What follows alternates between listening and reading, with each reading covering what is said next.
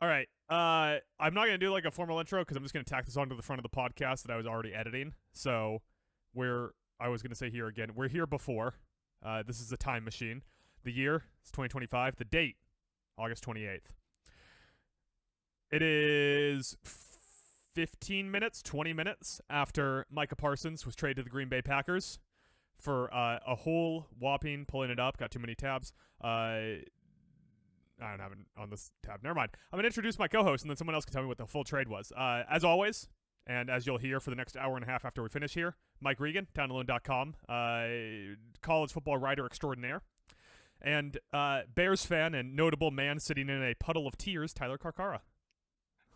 I had to pull myself together just to make it on this podcast, Adam. And it was 2 firsts and Kenny Clark is the 2 firsts and Kenny Clark. Does anyone have the details on what the firsts are?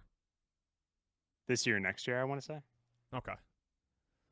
So 2 firsts and Kenny Clark. Yeah, that's Ian Rappaport tweeted that out. So we don't know the first, but that's good. As good a speculation as we're gonna get. So we'll start with it here. Mike, you're a Buffalo Bills fan.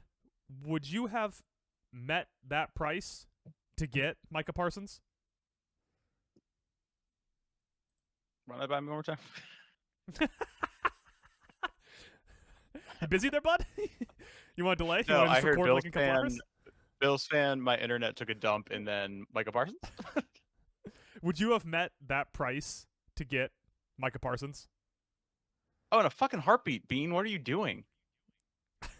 That was the price. Like there's that's some level of this the Doncic trade where it feels like, was Jerry talking to 30 other franchises, or was he just talking to like Green Bay?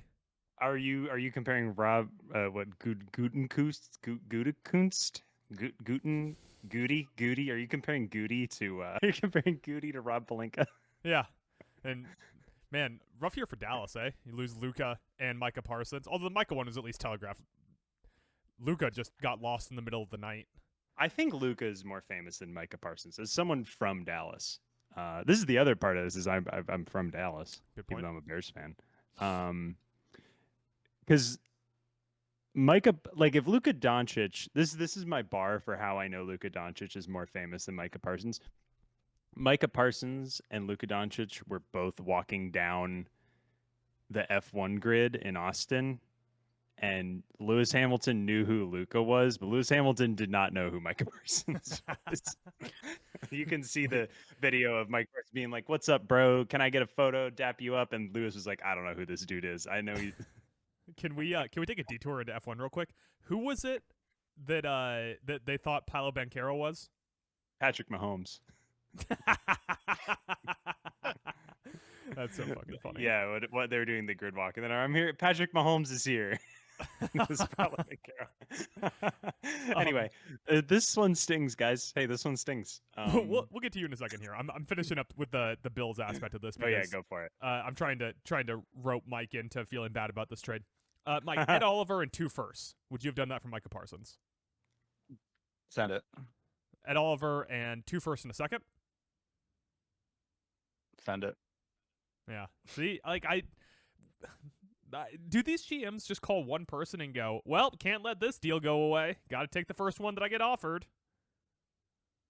I mean, this is Steven and his son, so wouldn't Steven surprise me, and his Jerry son. and his son Steven. Yeah. I think we all like to imagine that these front offices are like that one scene in Moneyball where Billy swindles the Cleveland Indians out of Ricardo Rincon, but actually it's more like the Cleveland side of that, where it's like one guy being like, wait, San Francisco's not interested anymore? Well, I guess I can trade him. Whatever, it's fine. You know?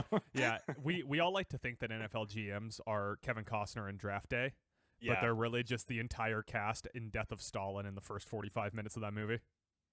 Do you think Micha Parsons laying on the sideline table was that Jerry Jones's "no one went to his birthday party" moment? Yeah, 100%.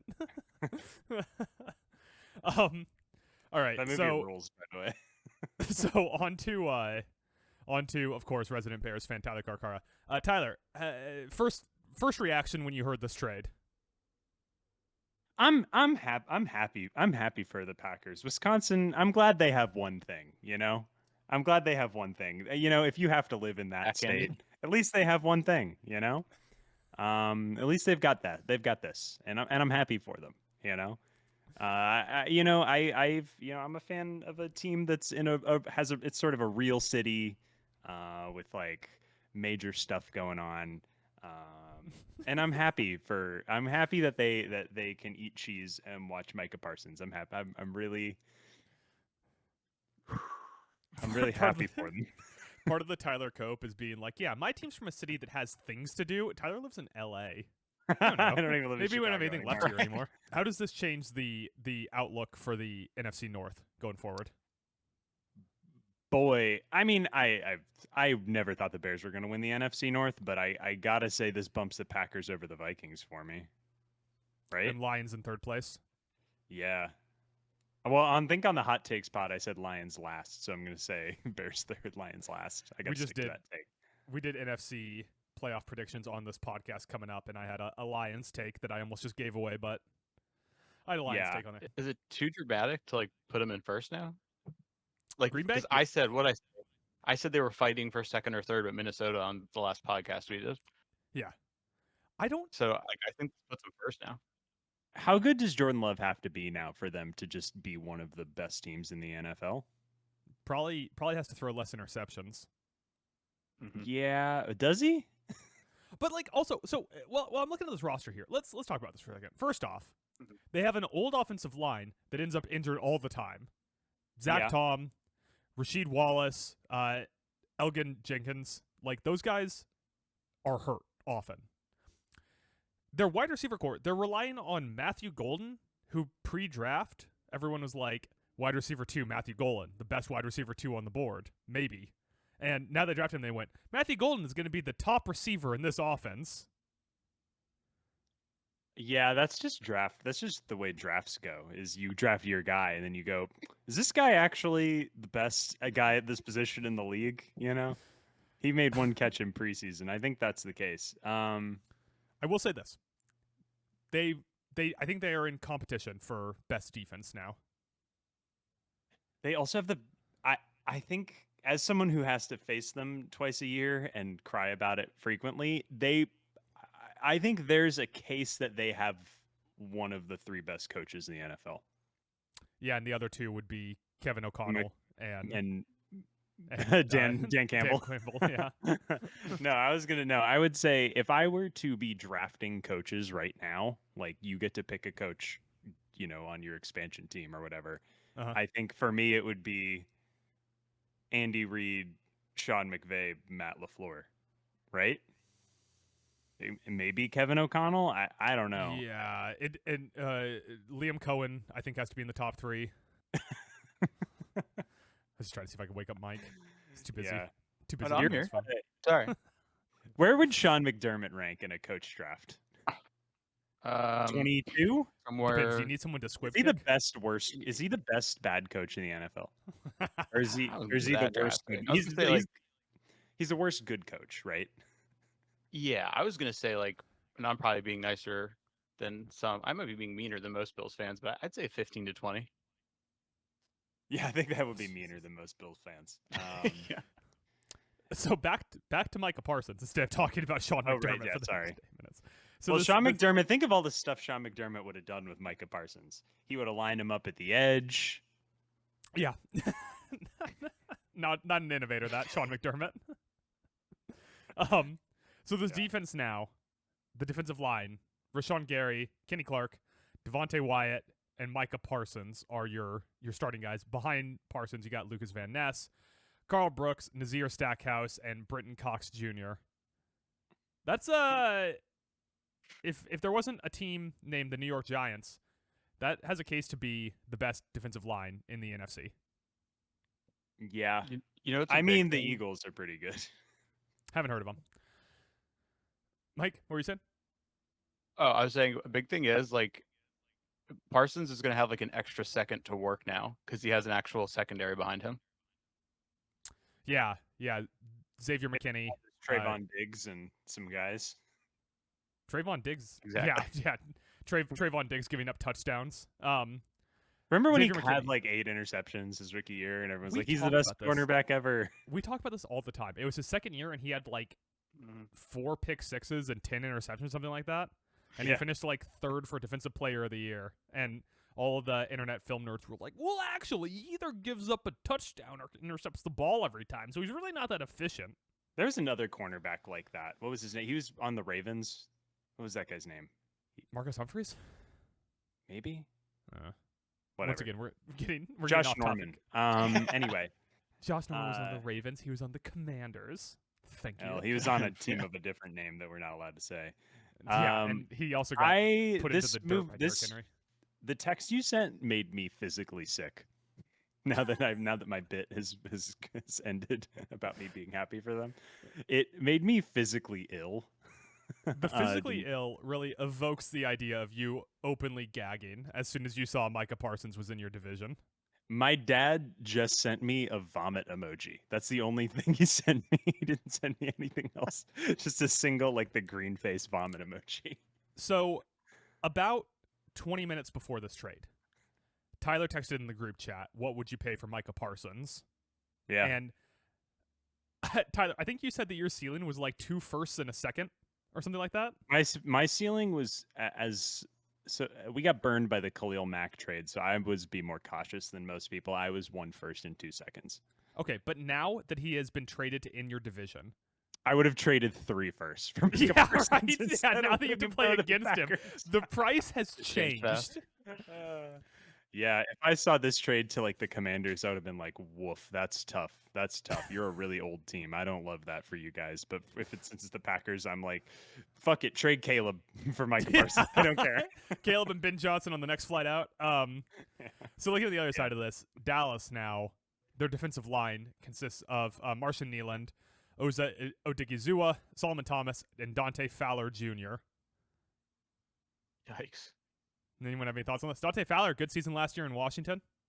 Not good enough to get signed for another contract. I but, would you know. invest in Cowboys offense fantasy wise in the sense that they're going to have to score like in the same way that the Bengals just have to throw the ball a lot. Mhm. I would say CeeDee Lamb fantasy stock through the roof. Otherwise, not a Jaden good Blue, look. obviously. And Jaden Blue. I think Javonte Williams is actually the presumed starter there, but everyone seems really excited about Jaden Blue, so that's cool. Staring at the brain, right? Yeah. This is a tough look for the Cowboys. This is a tough one for the Cowboys. Think what they'll be able to do with those 2 first-round picks. Yeah, probably drafting a guard. Fuck them up. Yeah. Like, If they used a first on Tyler Booker. Imagine how many right guards they can get with those 2 first-round picks. Another 2? Well, they seem like they really need a defensive end, so maybe they could draft a pass rusher. It's the mystery box. We could draft It a could pass even- rusher, and he could be It could even be Mike Parsons. yeah, he could even be as good as Micha Parsons. Yeah, I don't like this. The Cowboys, I didn't think they were real contenders this year, but everyone always forgets how frisky they are when they're healthy and they have all their top guys. When Khalil Mack got traded to the Bears, it was like the Raiders were like, well, we're going to win 2 games this year, so why do we have Khalil Mack on our team? You know what I mean? So this is a tough look for the Cowboys, a team that is ostensibly trying to compete. Getting Kenny Clark back, I guess, is helpful this year. He's a solid rotational pass rusher, like he's fine. But yeah, I have pretty low expectations for the Cowboys this year. Cowboys 4th in the NFC East. I don't know if you've heard of a little man named Jackson Dart, but he's going to try his damn heart out to make sure that He's doesn't got happen. Riz, and they have the best defensive line in the NFL. I think got that's Riz. super underrated aspect of the year is that the Giants might have the best defense in the NFL just because. Let me put it this way: you go against the Cowboys don't have a great offensive line. Dak Prescott, there's going to be no run game against that Giants defensive line. Jaden Blue. Yeah, you're right. Sorry, Where'd I forgot Jaden Blue go to Jaden college, Blue's- Adam? Blue Mountain State. That's why they call him Jaden Blue. Yeah. Incorrect. Isn't there a college team whose mascot is the Blues? That's St. Louis. They're our hockey team. No, there's got to be. There's so many colleges. There's got to be one, right? I'm pretty sure There's the Jaden Blue Blue. Devils. He was that guy that stood up right at the back in the back of Boise State's backfield, right? That was him. That was Jaden Blue. Yeah, that was that other guy. Hey, can I read you guys some Brian Schottenheimer quotes? Yeah. Let it rip.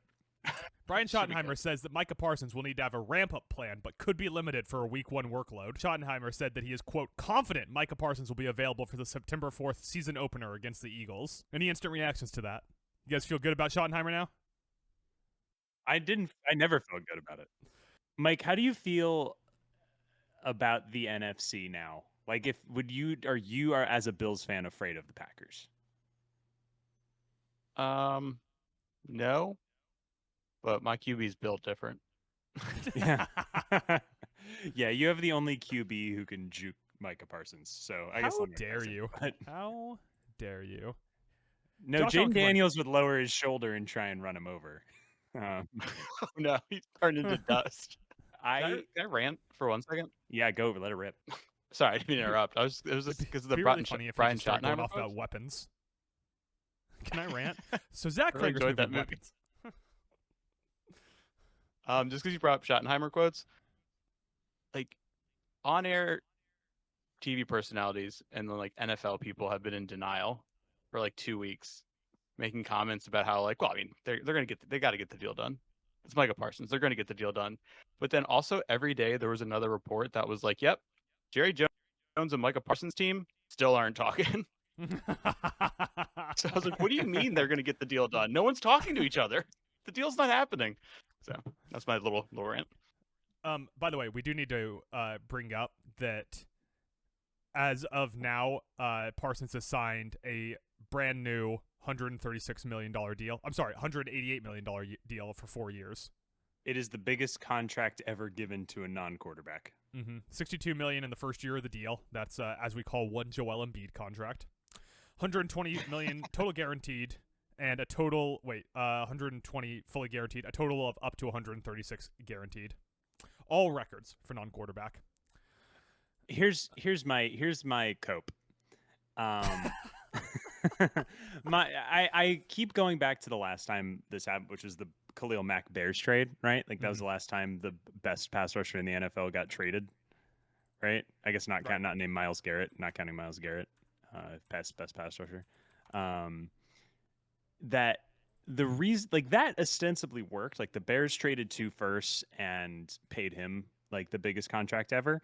And the first year he was there was the year they made the playoffs when there was the double doink and they won like 11, 12 games and they were frisky.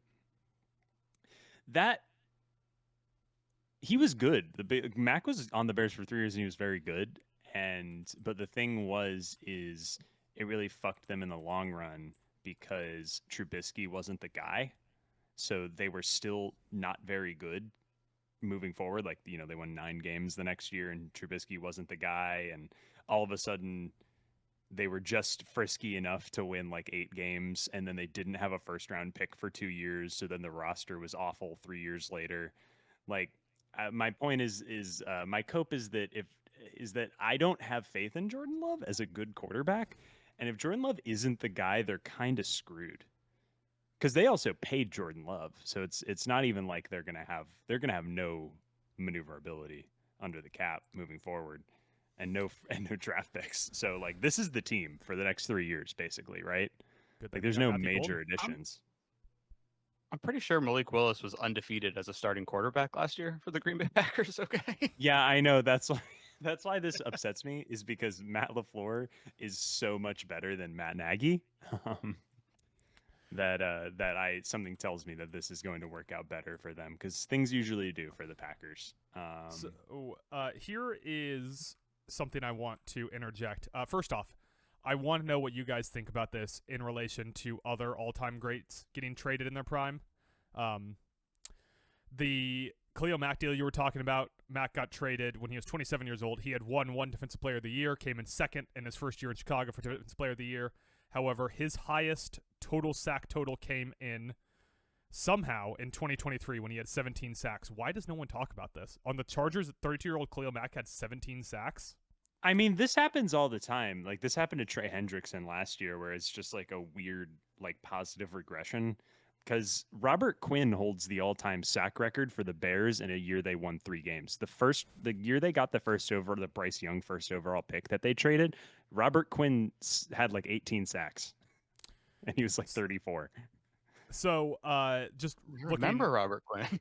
Good looking pull. looking here real quick.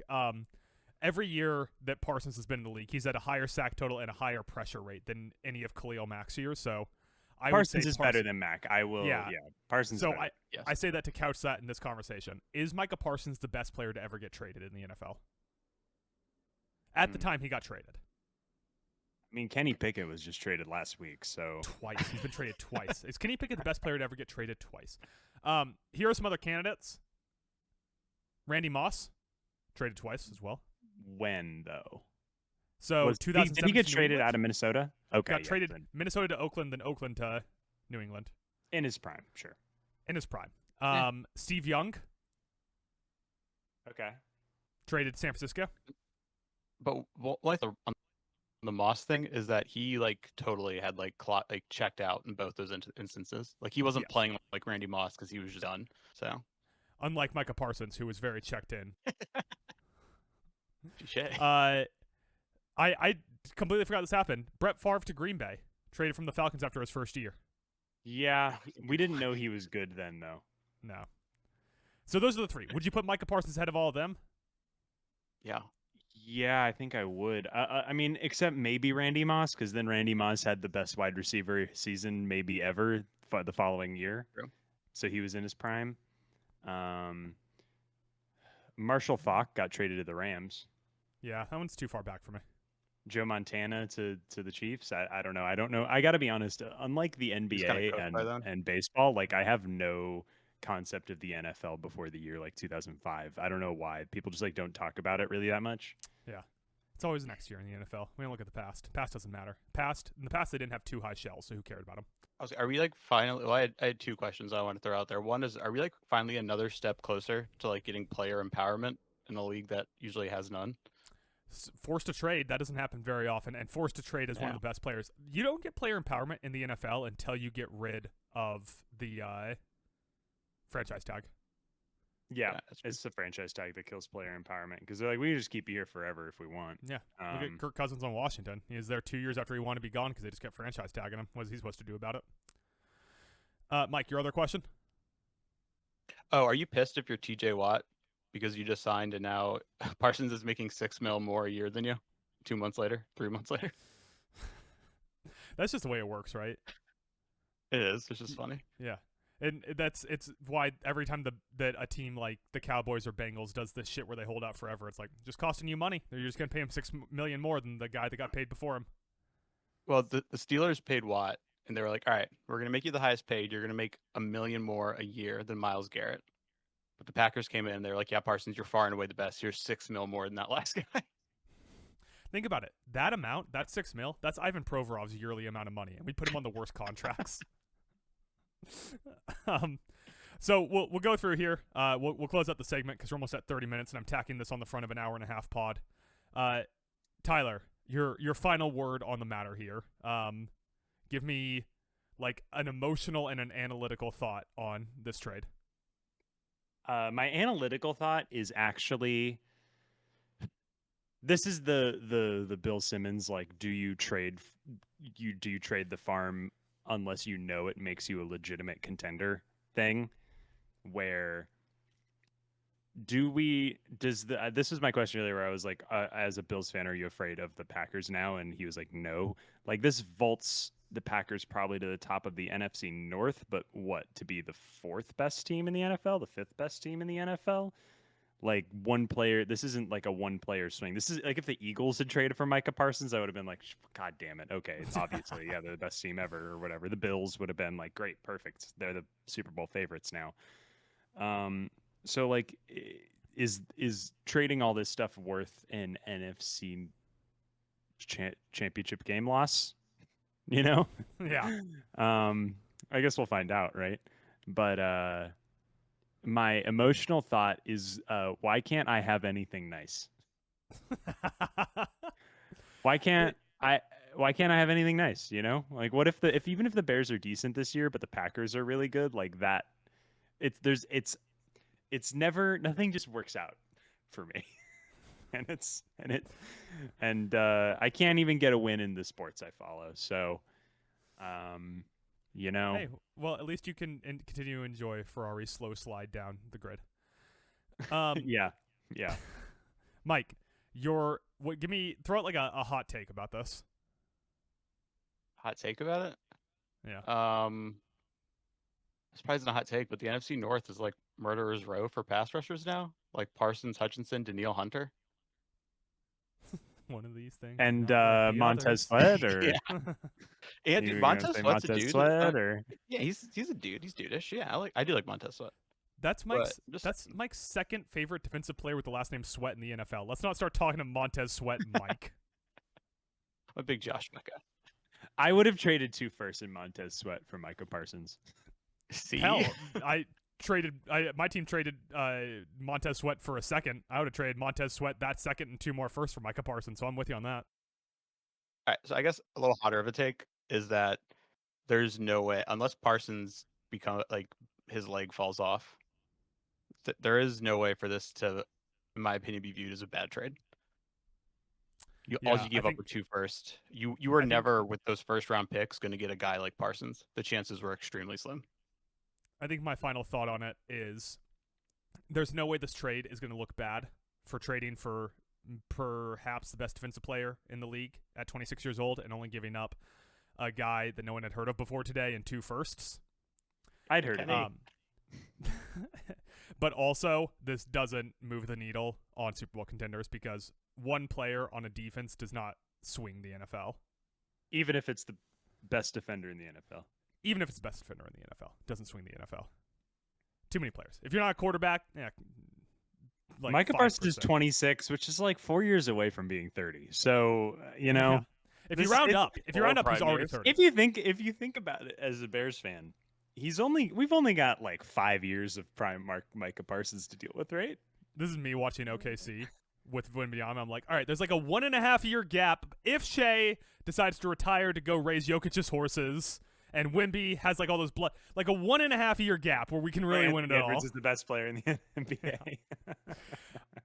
Tyler, you got any plugs on the way out the door? Oh man, just go hug a Bears fan. I think you were gonna say hug a bear.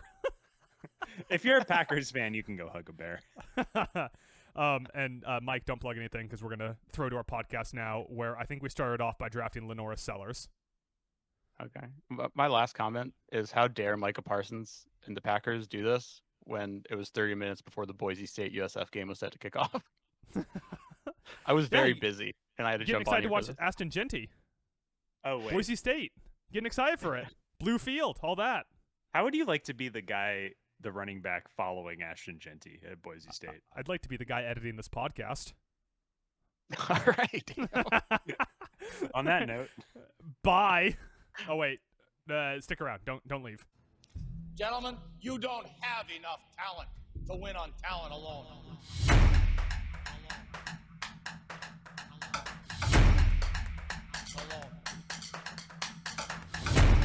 Hello, and welcome to Down the Podcast. I am your host, Adam Hess, and with me, as always, he was just traded for a 6th round pick. It's Mike Regan. Mike, how you doing today? Great, they overpaid. Can I tell you? Can I tell you how like the I might even have to cut this out. The mental indexing works when I go into one of those intros. Yeah. And we're back. Mike, did you watch our most recent episode of the podcast on YouTube? I did not. I wonder if it has audio this time. I didn't check. I hope so. Hold on. You said in the tweet it probably has audio this time, so let's do it live. fingers crossed. Fingers crossed we got it this time. We're gonna pull it up here real quick. Mike, the game I used under this one, F1 Championship, 1999. I didn't know that was a game. Neither did I. Turns out there's a lot of N64 F1 games. Yep, we have audio. We're good. We're all good to go, Mike. Oh Good. yeah. Good live quality check. Did you open up the predictions file yet Do we need to be typing in that? I mean, at least by Saturday, I guess. Saturday morning, Yeah. right? Yeah, I want to get up Saturday morning. I mean, it's a whopping 5 matches, so it should be pretty quick. 6.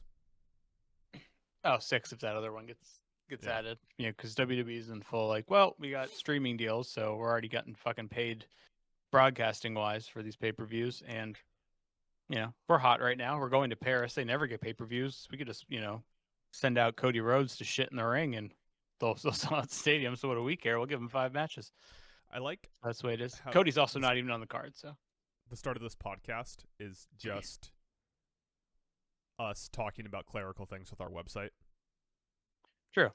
And me ranting about WWE, who's like, as every day goes along, starts to like creep back. Like they got to like the highest they've been in a while in goodwill with me last year. Like the highest they've Because been Cody in a finished very the long story. time. He's finished the story, and there's a lot of good things happening. But like as 2025 has gone along, they've just like continued to like bit by bit chip away at that goodwill, and I'm starting to get cranky again. That's great Just because like- you're also constantly cranky about E AEW. Yeah, well, that's the funny thing, right? Is I'm cranky about AEW. I'm more critical on them because I'm like, I want you to be the best you can. You know, I Mhm. don't want you to eventually like shrink to a size where you're like just not even in like the stratosphere of WWE, and like worst case scenario go out of business, which things have to get really bad because they have so much money behind them and they have like big TV deals. But still, I don't want that to happen because I don't want to go back to WB just being the one game in town. So I'm extra critical on AEW because like I want them to succeed. I'm also extra critical because I'm still pissed off about the CM Punk thing, and I think Tony Khan is not a good booker, and you know Cody Rhodes, he should have hung on to him. But anyway, I feel like Um, the two groups of people who hate the thing they love the most are professional wrestling fans and Star Wars fans. that is extremely accurate. Like 'Cause there we're is the no most one critical. on Earth. There is no one on Earth who hates pro wrestling as much as professional wrestling fans. Like, pro wrestling fans and Star Wars fans both, and it's funny because I criticize Star Wars fans for this, but you're right. Pro wrestling fans do the same thing. Sometimes they take something where it's like settle down. You don't need to be that crazy about it, and they take it there. Like people who are like, oh, this new Star Wars was not Citizen Kane. It's like you're watching a fucking sci-fi movie with like beam swords and weird aliens. Like, can you stop putting your expectations to get cinema gold? Like, chill the fuck out. Like, there was only one movie that got critical acclaim, and it was the one that Lucas didn't like direct. Surprise, surprise. Empire? Yeah, Empire Strikes Back was the only one that got like critical acclaim. I know. All the other ones were like hugely successful and like cultural landmarks, obviously. But I feel like the one that got like some critical acclaim was Empire. It's the same thing with wrestling fans. It's like there's Can I get stuff Tyler that in here in sometimes time? Tyler loves Star Wars. This would be I could does just, he really? yeah. You should text him, see what he's doing. Here's the thing most people don't know about Tyler, and he's never gonna hear this, so it doesn't matter. Tyler Yeah. is such a fucking nerd. Like he's just a little fucking nerd. Aren't we all? Like the only person I know, and I'm outing myself here a little bit. The only person I know who was even in the same stratosphere in terms of finishing Wind and Truth, which I'm not going to give any more context on. If you know, you know. Okay. In terms of how fast I finished that book, the only person in the fucking stratosphere with me was Tyler. That is a 1,500-page fantasy book. What a nerd. And he's the only person that even got close. Yeah. And But it's he is like constantly texting about fucking Andor, and he's got like real hard thoughts on like the Matrix. He's just a little fucking nerd. First one's phenomenal. He defends the fourth one, Resurrections. Really? Yeah. He He's like- defends the He's like, it's about love and capitalism. No. I think it's a meta movie about the people who made it not wanting to fucking make it. And Yeah, I Keanu think- Reeves had the same energy. Keanu Reeves done full Steven Seagal where he was like, I'm not moving my feet. Yeah, remember he has the one action scene and he says, I still know Kung Fu, and the rest of the time he just force pushes his way through the movie. Yeah, but he got away with it because like he's beloved because he like outside of movies comes across like a very down to earth, like, you know, charismatic person that people like. So it's all right. It's not your Fun fault. fact, his best movie is It's- The Neon Demon. Wow, that's wild. Not a lot of people know that. It's a good fact though. Good fact. Anyways, you want to finish your wrestling thought, or can we talk about football? Oh no, I was saying it was like the same thing. Like going into like AEW / New Japan, even though they only had like 4 of their wrestlers on it, Forbidden Door, like like not the main event, but like the world title match, Hangman Adam Page versus MJF. It was like top babyface versus top heel. Like it's going to be a great match. Just enjoy that. But for me, I was so hung up on the last episode of Dynamite where they like shoot in my opinion, they overbooked it with these stipulations, and the way they got there was so like just embarrassingly bad that like I had to bitch about it. When really it's like, dude, just settle. It's wrestling. Like, just settle down. I know that. There's a voice in my head that says that, but like the smark in my head is like, shut up. This is important. My takes are genius, and the world needs to know. So. Yeah, the difference between regular culture and wrestling culture that people don't understand is like we now have language for the way that people interact with the internet and regular culture, where we talk about like tribalism and echo chambers. But wrestling hasn't gotten there yet. So the wrestling internet community is one giant tribalistic echo chamber of hate. And no one calls it that. They're just like, it's the IWC. It's where we talk about wrestling, because it's not enough people to have like 2 factions. Yeah.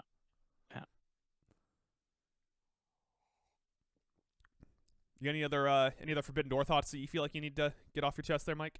Or you No, I was thinking it's funny that like New Japan is like the last, like when you look at like how AEW started and the connections they had with other companies, like WWE now has their partnership with TNA, where I think from like the outside, it seems like at any day, if WWE said, here's a check, TNA would be like, cool, you own us now. They now have like this weird, like we run you ownership kind of deal with AAA. And so it's just funny how I feel like they're like just picking off connections that AEW once had. And if they were to ever get into Japan and strike a deal with AEW, that would just be hilarious. And also you're seeing so many of like just their, like Cody left years ago, and now like the word is like Jericho's contract's up at like the end of the year and he's gone. And so it's like one after another, like these big names that were there at the beginning continue to trickle out. And it's kind of wild. I hope they figure it out, and I hope everything goes good. But yeah, I think that there's just somewhat of a boomerang effect with those names. Like Cody Rhodes is the biggest one. CM Punk's, burned his own bridge on the way out. That's a different deal. And Jericho, that was the biggest mistake. Jericho hasn't really been used in a while. It was time for Jericho to go a while ago. He overstayed his welcome there. It's if Jericho goes back to WWE, I think it's 2 things. One is he's smart, and so they're going to give him a massive payday to hinder AEW. Because like whatever you want to say about where they compare, WWE still wants to be like, no, we're the only game in town. Yeah, like they're counter programming AEW. They're trying to do things to knock them down because they don't want anybody to even get close to them. And so Jericho knows I'm gonna get a big fucking payday to go back there. So I understand that. I also think there's part of it where he's like, all right, like kind of similar to Cody, like this AEW fan base is starting to get really smarky and shitty with me, and I'm just done with it. Yeah. And so to be fair for both of those guys, boy, they really dug their heels in on gimmicks that didn't work on their way out the door. Yeah. So that is somewhat similar. I mean, I do wonder. I mean, there's so many. Cody's been like recently in like interviews I've seen him do, and like his podcast that he does, like making like a little bit more and more comments about how that all ended. Like Bill Simmons asked him about it, and he gave flowers to the Bucks and Omega and how they all felt that groundswell and what they created. But he made the comment of being like being disrespected in WWE one thing. Like I'm just I just be a cog in the wheel. But he made a comment where he was like, but being disrespected at something that I built, that me and my friends built, I'm not going to stand for that. And he's now in multiple instances, that interview and a later podcast, he's talked about that chapter of his life. He's not able to talk about it because it's, as his words are, hidden behind a paywall, which I guess means an NDA is what I'm taking that as. Either that or somewhere Cody Rhodes has a blog that gets less traffic than Talon alone. Yeah, literally one has or the other. Yeah, but yeah, I feel like he's been like. There's a couple other comments that I can't remember off the top of my head that I've seen recently where he keeps like poking at it, and so that's just kind of interesting. Well, people are gonna be flooding back into the company. People are gonna be flooding back into the company now. The Bucks aren't EVPs anymore. There's no one there to. Oh yeah. They lost that match. They don't get to like dictate the direction of the company anymore. CM Punk's gonna be back any day now. My take with zero inside information, just from the outside looking, is that the Bucks were EVP in title alone. Like I don't think they did shit behind the scenes the way like Cody actually did do things behind the scenes, probably to his detriment. Yeah, just because it felt like during his run he got more focused on that, and then his character on TV and what they were doing with him went to absolute shit because of it. That's why Arn Anderson had to pull out the gat on him, try to get him back in line. Shout out Arn Anderson. Did you shout him out? Fucking legend. Best spine buster in the biz. Behind Batista, Love that, yeah. man. But just like Wardlow, Mike, we are back this week Yes. to talk about. I thought you were gonna pose, but you were just adjusting. We need to get What's you the Wardlow pose? standing left in this. MJF's shadow. Yeah. Not anymore. Now he's standing in Don Callis' shadow, I guess. Well, How many yeah. people need to be in the Callis? I think me and you might be in the Callis family, by the way. We just don't know it yet. How many think people have already everybody's in- Listen, if we're gonna do this wrestling thing any longer, people have already tuned out. Yeah. We might as well go all in on this. Yeah. No pun intended. Why was he involved in the beatdown of Prince Nana? Like, if Swerve's missing time to get meniscus surgery, it's not like we're gonna have a Prince Nana Wardlow feud. It's just to get heat. I think that's fine. Fair enough. Do we not give Was he the only person that was added to the Don Callis family at Forbidden Door? He was the only on one, that right? show, on Yeah. that show? Yes, but Okay. they're gonna be -1 soon because I think they completely teased it. I think Takeshita's about to flip for sure. Give him a mic. If That boy's AEW got like Riz. if AEW does anything with him as a face, I can't tell you because they don't have a great track record of capitalizing on things. But he's in New Japan finding success, so good for him. But last thing we'll say about wrestling, and then we can move on to talking about fake sports, unlike the real sport of wrestling, pro wrestling, is I realized during that show, I don't give Swerve enough credit for having arguably the best finisher in the biz right now. Oh yeah, the house call. The house call is fucking beautiful. Dude, the missed house call into a Rainmaker. Oh, so good. Yeah. Those boys can work. I love that match. Yeah. That was a good match. Listen, like, when you get the right finisher or right opponent against Okada, which there's never a bad opponent, but like when you get the right guy, the Rainmaker is maybe the best finisher in professional sports. Oh yeah, when you get the I say right that like there's guy. a basketball finisher. Yeah, when you get when Steph Curry hits his finisher. when you get the right guy against Okada, which he can work with anybody, but it's about getting that right guy where I feel like he like sinks his teeth into it and he's like, all right, let's go ahead and have a good match. Yeah. Like I feel like that's only on pay-per-view. On TV, he's like, yeah, we're gonna go ahead and just get through this. Like I'm not trying to go all out for that one. But No pun they had a intended. banger. Yeah, once again, Tony Storm and Athena had a banger. I forgot how fucking good she is in the ring. Yeah. She's We so gotta good. stop- Like Gotta stop picking against Tony Storm. we do have to. Oh, by the way, More like Cody Tony Rhodes. Hogan, am I right? Heyo. Cody Rhodes confirmed this for me on the Simmons podcast because Simmons said, I feel like you're like in your prime. And Cody was like, do you know what like is considered like the pro wrestlers like the prime is for pro wrestlers age wise? And Simmons was right. He said, I feel like, second half of your 30s, early 40s. And he said, you're absolutely right. 35 to 42. So we need Yeah, to stop 'cause- picking on people. They're late 30s. It's a sport that isn't as reliant on being a top 1% athlete. No, despite what some so- people think. So the way that a pro wrestler improves is by understanding the psychology of it better and having better storytelling chops and having a better feel for pace and tone. And so by the time you've been doing it for 15 years at a professional level, your athleticism hasn't dropped off to the point where you say need to be talked off jumping off of a ladder, but Yeah. you still have like you've developed the mentality for how to go.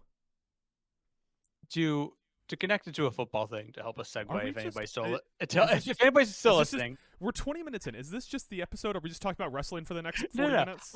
I'm about to segue perfectly because I make a football like comparison. The position in football that I feel like experience shines through the most is offensive line. You know, like Quarterback. occasionally you get the guys who jump in and they're ready to go. No, I mean I feel like nowadays in end. the NFL, if you're a second-year quarterback and you're not throwing for 4,000 yards, like you're a piece of shit and you shouldn't have been born. Like people come down. It's a hyperbole, but like people come down so hard on QBs right out of the gate. Do I feel like offensive linemen, like experience is so huge for them. You know, and it's kind of similar to wrestlers. You know, you gotta have that experience. You gotta put that in. I think I'd have offensive lineman ranked third on my experience matters power rankings. What's 1 and 2? tight end because you're learning two positions. You're learning how to That's fair. block Okay. and catch as an NFL player. Linebacker. Linebacker. There's no Um, like linebacker. If you're a Mike if you're a Mike linebacker, I can see that. Yeah. because you're white. Is that why? No, just because you're more of like the QB of the defense. You're handling a lot in the middle of the So I field, think- calling things. I think a great example of this is Patrick Queen next to Roschon Johnson. Not Roschon Johnson, the other one, the other former Bear, Roquan Smith. Roquan Smith. On Those names are wrong. on Baltimore. Yeah. They're both former Bears. Where Roquan Smith came in as like the brains, and Patrick Mhm. Queen, who had been in the league for a few years, was just like the raw athlete. And Patrick Queen immediately improved once he had Roquan Johnson next to him, explaining. Telling him what They to call him do. Roquan Johnson. You did. Roquan It's Smith. Ro- Roquan Roquan Smith Smith. next to him, explaining how it works and what they're gonna do, and knowing that he had that guy that he could rely on if he stumbled. There's a reason why the Bills enforced to make a tough decision. We're like, we can't re-sign Tremaine because we got to pay Milano next year, because Mhm. Milano was the Mike linebacker who ran things, who what he did holding down that middle area of the field allowed Tremaine Edmonds to just use his athleticism and do what he wanted to make the big plays. Now, Tremaine Edmonds still very good, doing well in Chicago, but that's why we paid him. So I definitely do agree with the Mike linebacker take on there, and experience being important. I'm all on board in linebacker, that. and you said Mike linebacker, so you really just said I do agree with what Mike said earlier. I do. Like what I said was really right. Tight end, I can kind of see it as well. I can kind of see it as well. I feel like there are some tight ends that just come out of college and they're like, no, I got this. Like Brock Bowers, but he's not really too much of a blocking tight end. Like we're in a weird period where we've gotten like an artificial bump in recent tight end classes, but usually it's a few years. Like Ben Sinnott for Washington is going to be like a third or fourth year starter after Zach Ertz aged body retires. Mhm. But we got Brock Bowers and Sam Laporta basically back to back. And so we're like, oh, tight ends are coming out of college ready. But so many other guys, they like take years to develop. I mean, So like, can you name another rookie tight end off the rip who you were like, this guy's NFL ready? Sam Laporta. Oh, you said him, didn't you? I said Sam Laporta. Yeah, that's a good point. No, that's a good point. I think my offensive lineman point comes from a little bit of college football influence, to where like in college football, having offensive linemen with experience, like you see it, like you can tell that's a big difference, is having guys with experience at offensive line on the college level. So that might be why I feel that way. Well, speaking of college, Mike, we got a We special we finally found the segue to get out of this hellhole. We finally got there. Got a special treat for all the Mel Kuypers listening out there. We're doing a top 10 2026. What was that face for? That was my Kuiper face. Oh yeah, Shedeur Sanders should be drafted like number 0 overall. Can Shedeur Sanders go back to college? Does he still have eligibility? No. That was did you hear that there's people talking about Stop that it. with Quinshon Stop Judkins? it. Sorry. Stop Okay, it. go ahead. I'm sorry. Wait, because he's suspended? Is that why? Well, he didn't get suspended. He still hasn't signed his rookie deal. At least as but of he a got couple drafted. days ago, he still hadn't signed. And so like I think it was like Pro Football Talk or something that like ran with like the could explore going back to college. And there's people who are like, that's not a thing you can do. It's like improbable. People are being dumb. And my thing is just like, you do realize that literally everything in college football gets taken in front of a judge. There's nothing that can't be changed. Yeah, that's the thing. If it's gonna get changed, You it's gonna know? be over a lawsuit. Exactly. So. But to all the Mel Kuypers out there, we are doing a 2026 NFL Draft Top 10. So Mike and I are going to go back and forth here. We're going to pick the top 10 picks of the 2026 NFL Draft as we prepare for Week 1 of college football this weekend, not on Fox. Mike, well, not on YouTube TV, I should say. I forgot to Mike. check that. Have they come to a deal yet? I don't know. I don't care about college football. I didn't check. Bitch. Now for our college football segment. Yeah. Mike, kick or receive? You can kick it off. I will say that I wrote down my names without knowing like the order of the draft. It's tough to have like this is what the order's gonna go. So like I wrote down my names, and like as we go, I'm probably gonna nitpick and be like, oh yeah, I'd put like kind of like best football player who I think is best, and like the guys who I think for sure are gonna go in the top 10 in the order that I like them. So Yeah, it's like half big board, half mock draft. exactly. So you said I can kick it off? Yeah, go for it. I will kick it off to you. So go ahead and take the first pick. You go first. That's not what I meant. Don't be a dick. You just haven't let me get my jokes off in a while with that.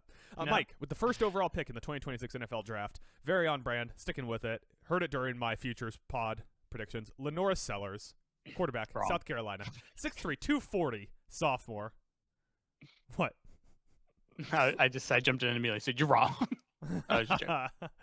Last year, first season as a full-time starter, had 6 games against top 25 ranked teams, had 3 good games, 2 bad games, and 1 mid game as a lowly freshman. Redshirt freshman, Right. but still. Redshirt freshman. Yeah. Number 1 overall pick, Mike. Lenoris Sellers. Yeah, a lot of this comes down to like how the season works out. If this is going to happen, it is definitely in the realm of possibility. Absolutely, 100%. If he goes wild, I could definitely see it happening. But he's unfortunately not in my top 10. I thought about going Arch Manning here just to annoy you. Okay, so that's an important note to make, as my list comes with Arch Manning not entering the draft because he's not. So Yeah. So I also don't have Arch Manning entering the draft. I assume the reason Lenoris Sellers isn't in your top 10 is because you have him not entering the draft. I mean, he could not. That's not crazy. He's a sophomore. I'm saying, like, if South Carolina has a time- really good year and they feel like, oh, we got guys coming back, we can make a run next year, and they give the NIL still strong to Lenoris, then he could say like, fuck it, let's run it back. It's not crazy. By the time Lenoris Sellers is Bo Nix's age, he'll have had 21 years of college football experience. So Someone made an amazing point about this season in college football and how exciting it is, and there's a lot of things that like we're predicting and projecting but don't know. And they said they're like, part of it is because like the QB situation at schools, a lot of like big programs with new QBs and stuff. He's like, we're done with all of the 25-year-old COVID QBs, and that makes sense. Like that just put that out the window. It shakes things up and it makes it a lot more college football fun. All right, my number 1. Nope. And I Number 2 pick in no? the draft because we got 10 total. So this is the number 2 pick in the draft, Mike. Oh, I thought we were both doing the top 10. Maybe we could have, but we talked about wrestling for 20 minutes. So That's true. Fair point. All right. Oof, I'm split between 2 names here, and I don't know where to go with it. I'm gonna go this way because it's considered the more valuable position, and I'm gonna say Caden Proctor, offensive tackle out of Alabama. ooh, too high reach. Too high reach. Okay, No, well, call I'm me just after the kidding. season. He's my top offensive tackle on my board. Okay, yeah. As long as he plays up to his potential, I think he's for sure going to be the top tackle off the board. You may remember him as the guy who Saban retired, and people like the coaches from Iowa texted him and were like, "Hey, buddy, so make sure you're doing good." And he was like, "I'm transferring to Iowa," and then like a few weeks later, he was like, "Yeah, I'm transferring back to Alabama." In an amazing moment that can only happen in this era of college football. But yeah, I think he's hands down if everything goes according to plan, will be the best tackle in this draft. And that's saying something because I think this is going to be a very good draft for tackles. Are you worried that he is undersized for the position? He's 6'7" and what? How fat is he? 366. That's undersized? Are you worried he couldn't be 500, 600 pounds, immovable, wide? I don't think you want pounds. any player in any sport to be 500, 600 pounds, except hockey. I would be interesting to do like a 400-pound goalie and see what happens. Yeah, like my I'm 600-pound curious. life, just put him in front of the goal.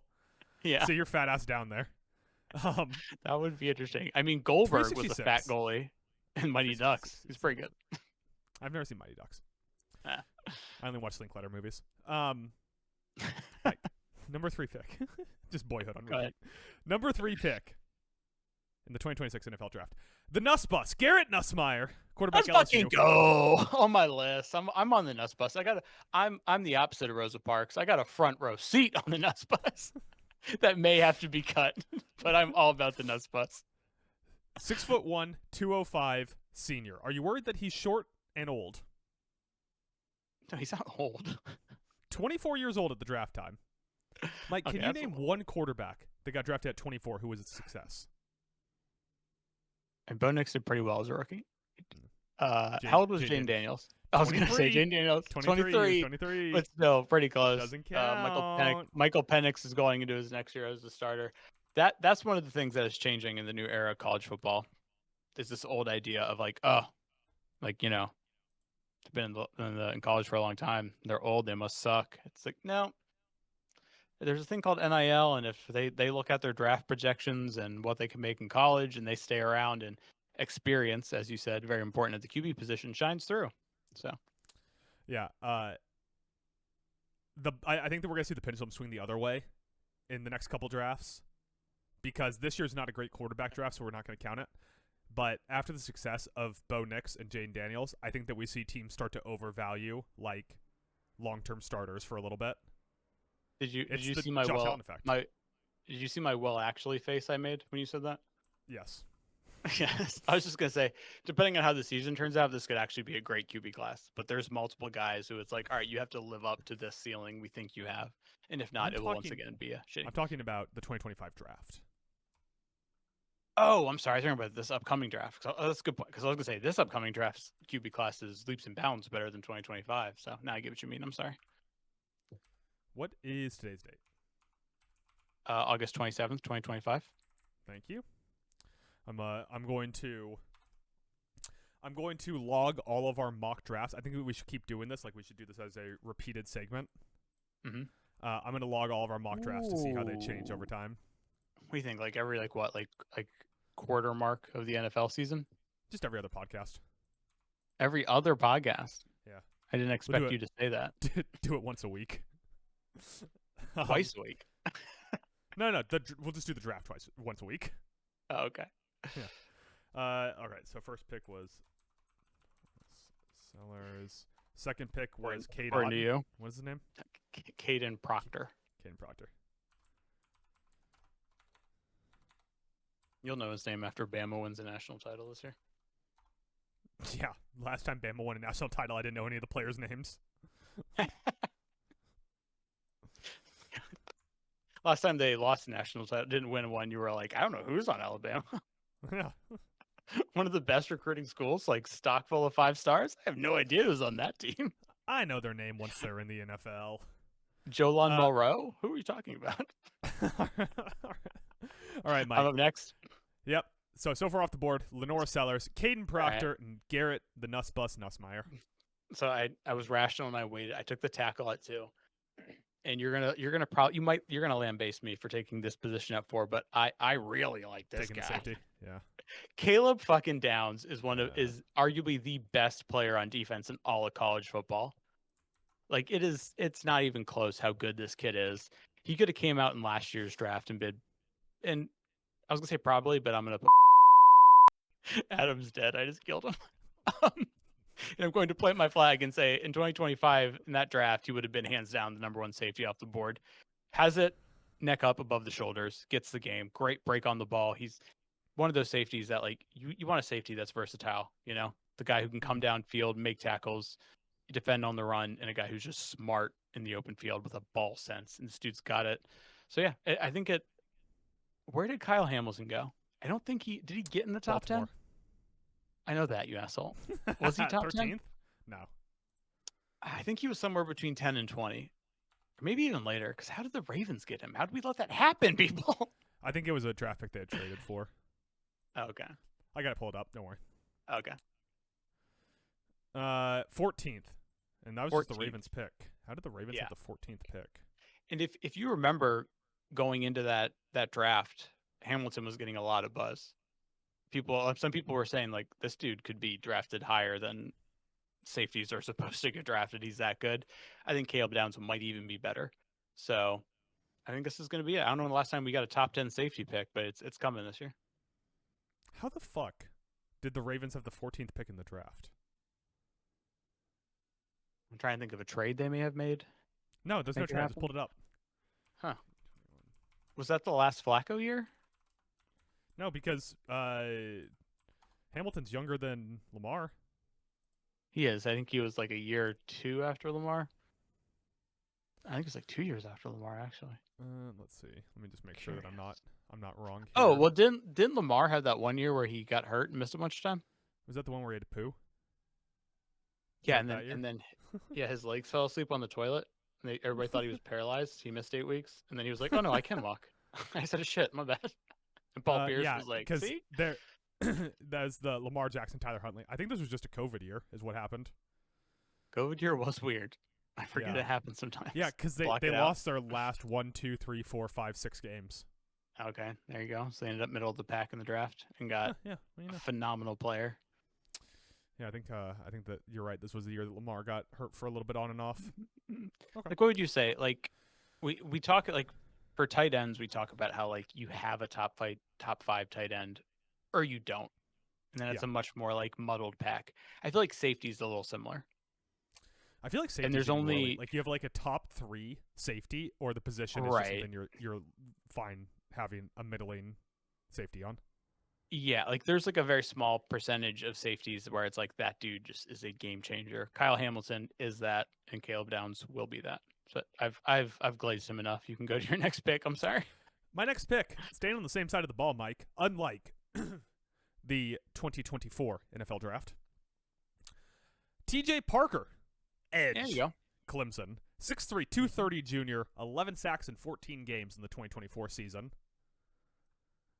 Mike, what are your thoughts on T.J. Parker's ability to bend and penetrate? He bends and he penetrates. I think he's for sure going to be the top edge rusher off draft boards. I think he's for sure going to be top 10 because that's become the most valuable defensive position in the NFL. Same thing as college football. Yeah, he was a monster last year. Another very experienced. He's going to be a monster again this year. And so I'm trying to think of who else could catch him. Like maybe you could talk yourself. I mean, like Kendrick Falk's high up draft boards in Auburn. We'll see how that goes. Is it He Kendrick hasn't- or Keldrick? It is Keldrick. I'm sorry. Thank you for correcting me. I think Parker's more of your traditional like defensive end, 6'3", 260, and that will cause him to go before like a Deontay Lawson, who's more of like your from Alabama, who's more of like your outside linebacking, pass rush specialist. What's that position they call it? There's a name for that position now. Oh, outside OLB. I mean, that's what I would call it. I thought there's a name for like that OLB. Like you're it says linebacker, but you're not dropping back into coverage. You're just coming after the quarterback. Let's not joke around. Edge, defensive end, OLB. Yeah. I'm gonna call it. What about Ruben Bain Jr. out of Miami? That could be a thing. I'm interested. I think Miami's defense could either be great this year. Like on paper, I really like them, but I could also see a world where just like the last 2 years, they wiped their ass with the paper and decided to be terrible. We'll have to wait and see. All right, Mike, who are you taking at 6? Oof.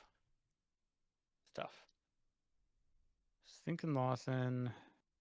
So I'm going to swing back around here. I'm going to go with another tackle. I'm going to go with a little Spencer Fano out of Utah. Not even on my top 10. Not in your top 10, eh? Nope. Okay, well, that's you. 92.7 overall grade in 2024. Just great. There's a video I have to send you after we get off this podcast of him singing some emo pop punk, which is hilarious. But I think he's like the biggest challenge to Caden Proctor coming off the board first at tackle. I know there's obviously a lot of talk about the kid out of Miami with a very tough to say name. Francis Mauigoa? That sounds accurate. So we're going to go with that. Mauigoa is also very high on draft boards. But I'm liking Spencer Fano. I think he's definitely at 6. I like that. Well, I'm gonna say, hold on. I'm gonna say you're stupid and you're wrong. Hold on. I'm holding. All right, there we go. According to how to pronounce on YouTube or pronunciationfinder.com, it is Francis Mauigoa. I'm saying we got to run on tackles, going Francis Mauigoa at 7. Oh, wow. Listen, teams, once they see a position start to go, they draft it. You want to know how I know that? Because I remember when Jahan Dotson got drafted. True. I remember when Jahan Dotson got drafted. I remember when we drafted, what's-his-face, that super skinny cornerback. Hey, from a college football standpoint, he was the last wide receiver who actually had any sort of impact at Penn State. So shout out to him. From a professional football standpoint, he is not a professional football player who has had any impact outside of scoring 2 touchdowns in the Super Bowl this year. Oh yeah, he would be the weird big game in the playoffs guy. Uh-huh. He went to the school of MVS. Do you think that's a good or bad sign for Kellen Moore in New Orleans? I don't think it like debates either way, but I feel like it shows teams that they should practice squad guys like Dotson until they get to the playoffs. I don't know if you're allowed to pull from the practice squad once playoffs start. So maybe that doesn't work. It's not your fucking G League affiliate. You can't just sign him to a two-way. All right, Mike, just to recap the draft, as you love when I pick an arbitrary number, recap the draft, 7 picks in. I hate you. Lenora Sellers, Caden Proctor, Nuss Bus, Garrett Nussmeyer, Caleb Downs, TJ Parker, Spencer Fauno. Fauno? Fauno? Fano. However you want to say it. He doesn't care. I talked to him. Francis Maui Goa. Mike, at pick 8. Who are you taking? We're going to go back to their side of the ball. We're going to go to edge rusher again. We're going to go to that big boy, grown-ass man, Texas A&M transfer, played at Bama last year, still at Bama this year, LT Overton, 6'5", 278. Give me some of that. You're going to hate him because of the sack numbers aren't crazy, but keep in mind that he's a 6'5", 278 defensive end. So, his name is Lebius Thomas Overton, Lebbeus. I was really hoping his name was just Lieutenant Overton. You ever go on like one of those websites and you're like looking up a player and you can't find him and you realize it's because that's one of those douchey sites that uses their government name? Oh yeah, like you ever try to look up Sauce Gardner on like Football Reference and you're like SAU and they're like, there's no player named this, and I'm like, fuck you, you know who I'm talking about, Football Reference. It's the most obnoxious thing. But yeah, I really like Overton, especially. I mean, once again, he's going to be a 4-year, plays me a senior. Oh God, watch out, he's old. Give him a walker. But big dude, he's fully grown. Wait. He's grown. So he's going to be a senior and he has paltry sack numbers, and you like this guy? Yeah, first of all, he barely played in 2023 for A&M. Yeah, I believe it was due to injury, but don't quote me on that. As a sophomore, and then he comes into Bama. He plays all year last year. 81.7 run defense grade. Big boy, can clog up the run on the outside.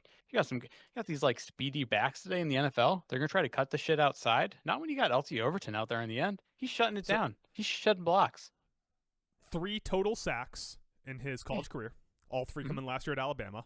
It appears, I mean, they have him as an edge. He looks like an interior defensive lineman. You know what that is? That's versatility, and I like that.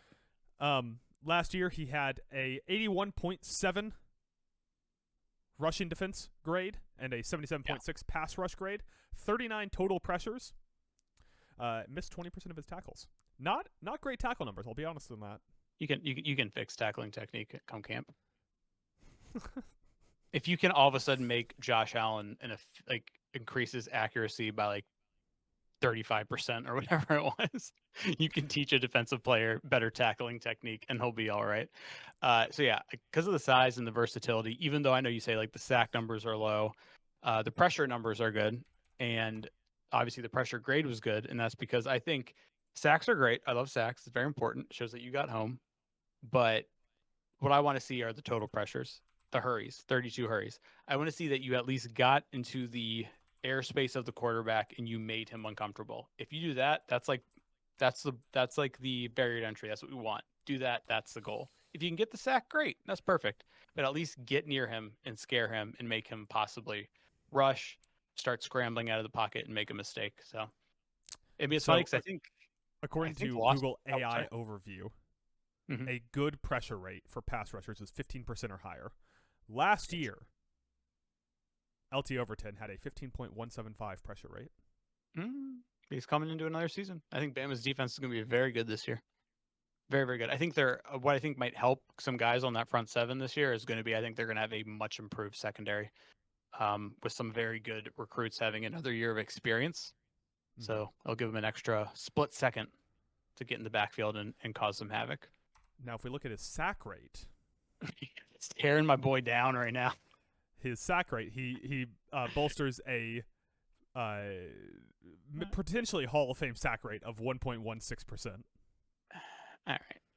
I know. You hate Shamar Stewart. Now you hate LT Overton. I don't know if you've heard of a little guy named Jadeveon Clowney. Dude, if you're ever like, you keep your schedule pretty on point. You gotta do this, do that. If you're ever like, oh shit, I actually have like 5 free minutes, go to YouTube and watch Jadeveon Clowney college football highlights. A god among men. What he was doing. I had a buddy when I was in Clowney must have been when I was in high school. So I think it was a buddy when I was in high school who thought he was gonna be like the next LT. Like he thought that this was like going to be the best pass rusher of all time, and he would just show me like clips of Clowney in college and high school. Yeah, he and was then he got around. into the NFL and was like, "But what if I can't sack anyone? Then what will I be?" There was a game early on in his junior year, his last year in college, where I can't remember where they played, but they kind of showed a little bit of what to do to Clowney. Is that their offense would come up to the line every time, and they would see where he was, and then they would just make a change on what they were doing. And what they did is they had Clowney running left to right and just wearing himself out all game. He still had a good NFL career, though. He was nowhere near what we thought he could have been, but he still had a good NFL career. Listen, LT Overton is going to enter into the great annals of big athletic edges who don't do anything. Chase Young, to Devion Clowney, Shamar Stewart, LT Overton, just an unbroken streak of big athletic edges who don't do shit in the NFL. Was I right about Jared Verse? Was You I were right about Jared Verse. Verse? And I'm going to be right every year. I'm going to be right about defensive ends. All right. In another life, I was a defensive end, I guess, because I get it. I know ball. I know you're a big Shamar Stewart guy. Who's the guy from Marshall that you love? I didn't love Mike Green. I wasn't a huge Mike Green guy. You bring him up every time that we look at the 49ers draft. No, he's just a fun, like, goddamn, that dude put up some numbers at a group of 5 school. You know, he is. I mean, I did bring him up a lot because his tape, like his Senior Bowl practices were impressive. Like he was going against some of the top like tackles in that draft, at least the ones that were at the Senior Bowl, and was making them look goofy. So, were any of those Caden Proctor? No, Caden Proctor. Believe it or not, you don't go to the Senior Bowl if you're going to be coming back to college next year. It's a crazy thing. No, they let sophomores or juniors in now, don't they? If you're a redshirt junior, yeah. See, that's means something to someone, I'm sure. Yeah. Right? Yeah, definitely means something. Yeah. So I am going to. I'm at 9. I think I'm going to take someone here. What's up? I think I'm going to take someone here in what I call the Blake Bortles zone, which is when you like a quarterback enough to take him when you have the opportunity in the first round, but don't like him so much you trade up. And inevitably it ends in heartbreak because they weren't so good that you're going to trade up for them, but they weren't so bad that you're going to let them pass. And so you're going to put a lot of faith in a quarterback, and it's not going to work out. I'm taking a little guy at Penn State by the name of Drew Aller. Okay, you mean my next decision. Thank you, because my next decision was going to be torn between Drew Aller and someone else, but you made it easier for me. Go ahead. I'm already selling Drew Aller stock. I didn't have any, so it's more shorting it because I did not own any Drew Aller stock. But I'm on the big sell here, Mike. I'm the Christian Bale character in the Drew Aller stock. 6'5", 236. That's the prototypical size. Big boy. Big old Drew Patrick Aller. Playing for the Nittany Lions. 21 years old. Be 22 next year at draft time. Just don't like him. Yeah. I just don't like the stock. So I will say you are accurate though in saying top 10, because teams are going to look at his size. Like he is built. Like if someone went into a lab and they were like, all right, I want a QB to be like this size, have this like arm strength, this kind of athleticism. Like Drew Aller has those things. He just has not put it all together yet, and he showed growth in his second year as a starter last year at Penn State, but there were still moments where you were like, what were you looking at, dude? You know, like semifinals of the college football playoffs, you get the stop on Notre Dame. All you got to do is like hang on to the ball, put this one away, pick up, try to get down to the field, either get to overtime or get down to the field. And he makes this just like dumb decision to throw this ball over the middle like it's interception. And it wasn't like, no offense to my Notre Dame Fighting Irish, they got the pick. So I'd like to say amazing pick. And it was, you made the pick. But still, it was like 60%, dear God, that was a bad throw. What are you doing, Drew? Which is frustrating because the dude has all the tools. If he pulls it together this year, this dude's first QB off the board, no doubt. But he also, like, notably took a step back last year over his year in 2023. I don't like that. Yeah, I think he showed some signs of improvement actually in 2023 though, or in 2024. I pushed back a little bit on that in some games in his decision making. About the same amount of dropbacks he went from 23 touchdowns to 18 and 1 interception to 5. Mm-hmm. Big time throws are up by 9. And those big time throws resulted in less touchdowns? His turnover worthy plays are also up by 5. So really, I guess I'm gonna meet in the middle with you and say he kind of the same player. An uptick in sacks is another thing. I mean, 13.3% pressure to sack ratio, 15 total sacks. Time to throw is under 3. 2.91 time to throw. I don't like that. I'm more of a 2.7 guy. The 2.7. What are you doing, Drew? Get it together. No, But but I overall, think since we're just regurgitating PFF stats, Yeah. the last 2 seasons, 86.9 offensive grade, 86.2 offensive grade. Just, I mean, overall, like, he profiles really well. Mhm. Just one of those guys that I looked at him, saw him play a couple times, and I was like, nah, I don't believe in this guy. Yeah. So before we get to the last pick here, I want to belabor the point on Drew, but I'm just gonna say this. I call him by Drew. We're tight like that. I call him by his first name. It'd be weird if you called a 21-year-old Mr. Aller. Mr. Alla. So let's see. They got Oregon early on, Ohio State midseason, where they're continually the little brother getting, wedgied. And then Indiana the week after that, which I'm high in the Hoosiers this year, higher than some people because I'm a big Kurt Cignetti guy. The point is, those are the games that could make or break his draft stock. Mhm. Because we go back to last year and like you said, I mean, he had a huge uptick in like yardage, but it's still like a similar year. The previous year, Ohio State, 146 yards, no touchdowns, 1 interception. Notre Dame, biggest game of the year for them, 135, 52.2% completion percentage, no touchdowns, 1 interception. The big games are where he has to show up. Even Oregon. And, like, it's worth noting, Wasn't last great. year, the whole defense that was playing against him was keying in to stopping the fucking running back.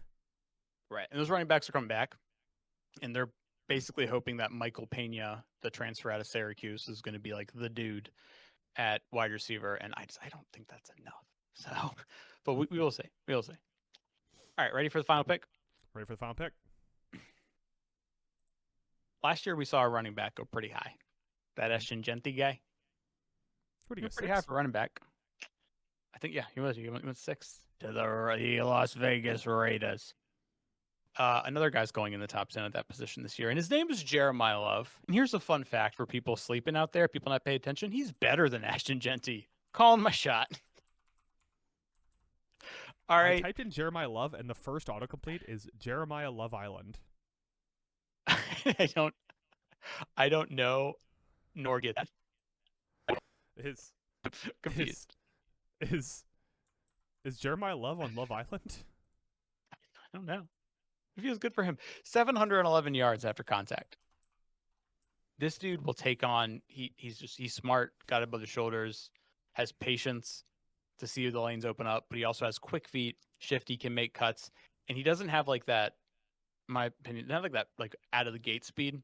Like I don't know if his 40 is going to blow people away, but similar to one of my favorite players of all time, Terrell Owens, he has breakaway speed. He gets going, he's going to pick up steam, and you're not going to catch him. And so I'm a huge Jeremiah Love guy. So here's the thing about Jeremiah, right? Yeah, Jeremiah call by Brown is government an name. Islander on season 7 of Love Island USA. Jeremiah entered the villa on day 1 and was dumped from the island on day 16. Age 25, male. His occupation is a model in Los Angeles, California. He was coupled up with Hudda and chose to recouple with Hudda during week 1. Jeremiah then coupled with Iris during week 2. And at week 3, Jeremiah was in the bottom 3 boys following a public vote. As he received the most votes from the safe boys, he was dumped from the island. Damn. Yeah.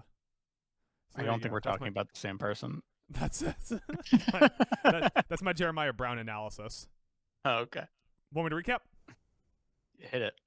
Top to All right. bottom, brother. Number 1, Lenora Sellers. Number 2, Caden Proctor. Number 3, Nussbus Garrett Nussmeyer. Number 4, Caleb Downs. Number 5, TJ Parker. Number 6, Spencer Fauno. Number 7, Francis Mauagoa. Sure. Number 8, LT Overton. Number 9, Drew Aller. And number 10, Jeremiah Love. That is our first top 10 of the 2026 NFL Draft. If I was a play-by-play caller, that's how I'd say his name. Francis Malagoa with the key block right there.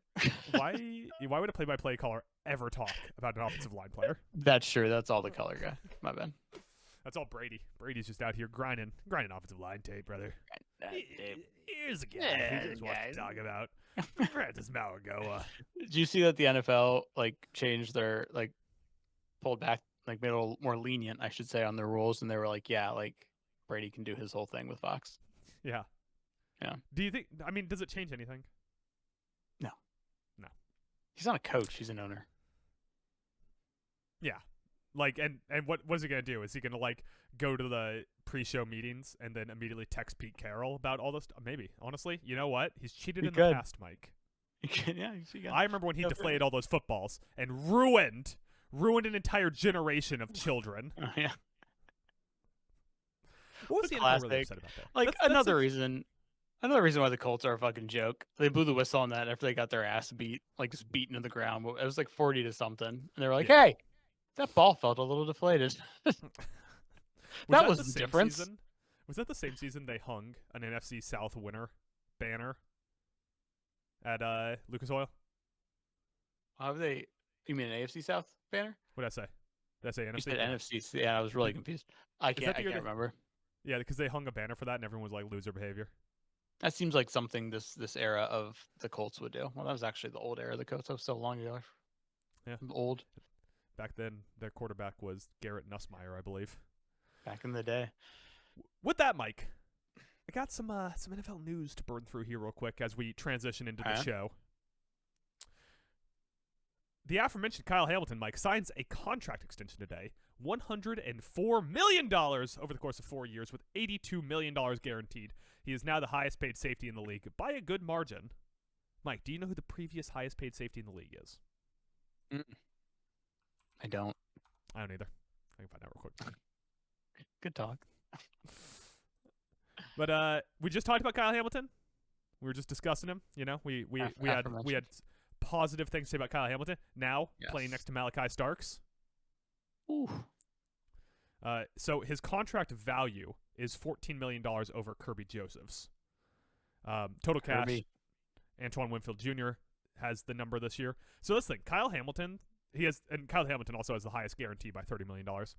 But Kyle Hamilton has a big cap, or a big contract, but the cap hit itself not bad. Okay. That works. Yeah, I mean, just smart bit of business for he's best safety in the league. Baltimore. Yeah, best safety in the league. Integral part of that defense.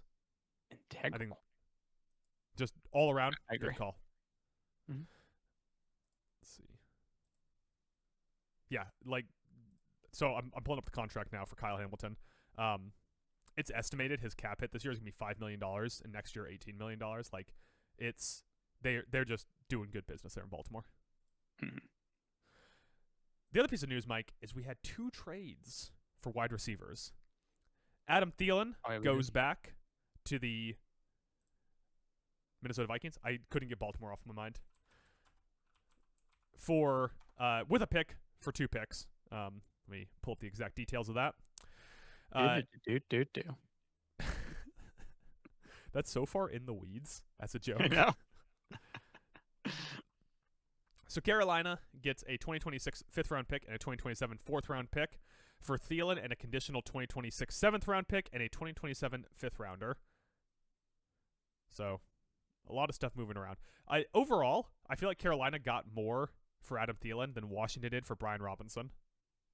Yeah, it was a solid return on Carolina's stance to get a 5th-round pick from out of Adam. It was a 5th and a 7th for Adam Thielen. That's solid. And I also said to you, we were texting about it, I think it makes sense. With the wide receiver situation in Minnesota, just go grab a sure-handed vet who knows O'Connell's system.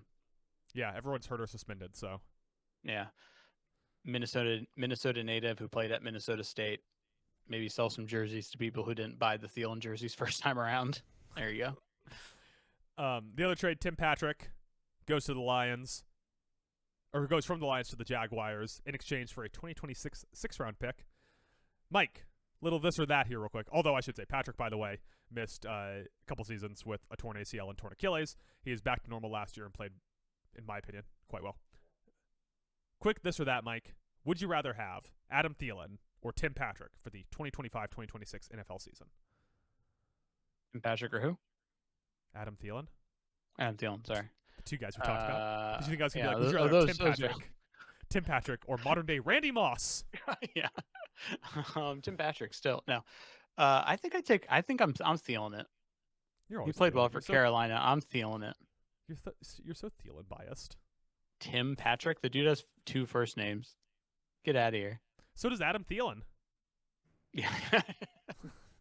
Half the kids in my high school were named Thielen. Tim Thielen. Okay. Last bit of news here, Mike. Rashee Rice accepts a 6-game NFL suspension. I like that he accepts it. Mm-hmm. As a result of his criminal case, his hit and run incident, that was like street racing, and he hit another car real hard. There's a horrific video of how fast they were moving, but Rashee Rice gets a 6-game suspension, as well as 5 years probation and 30-day prison term, which he has deferred.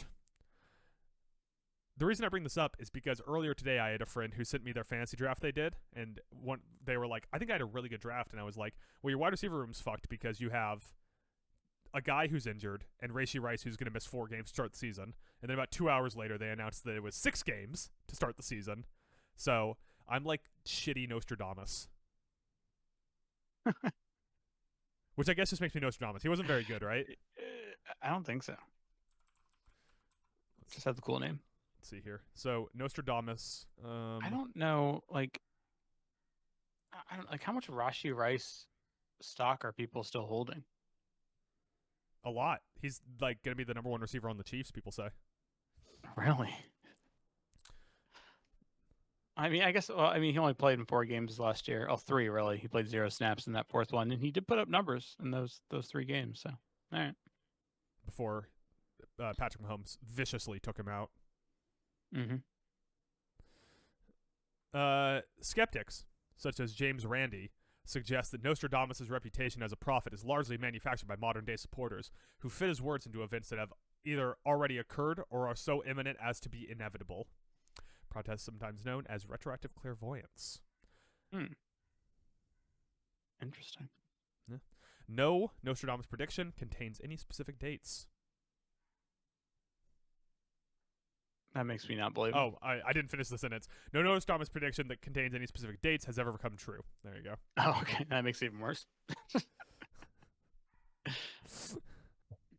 You just ghosted me on our weekly Nostradamus segment. You got no Nostradamus takes? You don't have a lot of them. Did you say anything about the Bills winning the Super Bowl? No, I hope not. Me He said the too. Bills are going to win the Super Bowl in 1992. Well, he was wrong.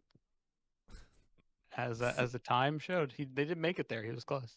In his preface to Prophecies, Nostradamus' most popular scholarly work, Nostradamus himself stated that his prophecies extend from now to the year 3797. So he's got some time. 90, He can 37? rally. He's got time. He could hit something. 3797. He's got what is that? He's got 1,772 years left. Starting predictions. What a weird number. Yeah. Why not just round up, Nostri? Say 3,800. Coward. Fucking loser. With that, Mike, what is probably going to be our final segment of the week, as we are at an hour into my file. Let's talk a little training camp cuts here, Mike. You see, Oh, yeah. the training camp cuts have come down. Everyone's been cut from the teams. And we're going to do a segment that we came up with all on our own, using the mass computing power of talent alone, called Favorite, Least Favorite, Overrated, Underrated. This week we're doing our favorite, least favorite, overrated, underrated training camp cuts. If you're not familiar with the segment, thank you for not listening to Puck Soup. With that, Mike, would you like to go first or second? Just to clarify, our favorite is the one who were like, yeah, that guy's bad. He should have been cut. That's how I did it. Okay. So what would My overrated favorite's be? punching down. So like, what would overrated be? Like, this guy got cut and people are making too big of a deal? Yes. Okay, gotcha. Now I'm understanding of it. Okay. So my favorite is this is kind of mean. Yeah, I we're don't talking know. about people getting fired. Oh, Mike, we did a whole part of draft this- about the first coach to get fired.